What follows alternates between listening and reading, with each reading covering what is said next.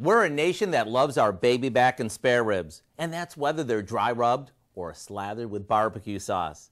Here in the test kitchen, we think short ribs are one of the most overlooked cuts in the meat case.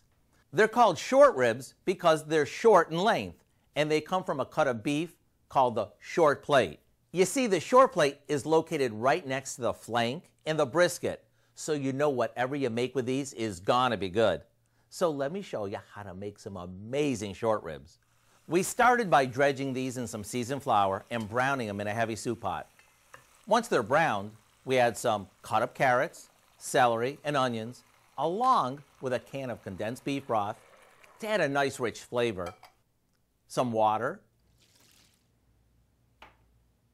a bit of fresh garlic, and a bay leaf. Then all we do is cover it and let it simmer for an hour and a half or so until the meat is fall off the bone tender. You see, the meat gets super tender while it cooks, and all the flavors from the veggies simmering in the broth create a sauce that is incredibly delicious. I do hope you'll go online and get the recipe for our Braised Country Short Ribs so you can serve your family what we think is the best of the best. I'm Howard in the Mr. Food Test Kitchen, where today we found a tender as can be way for you to say, ooh, it's so good.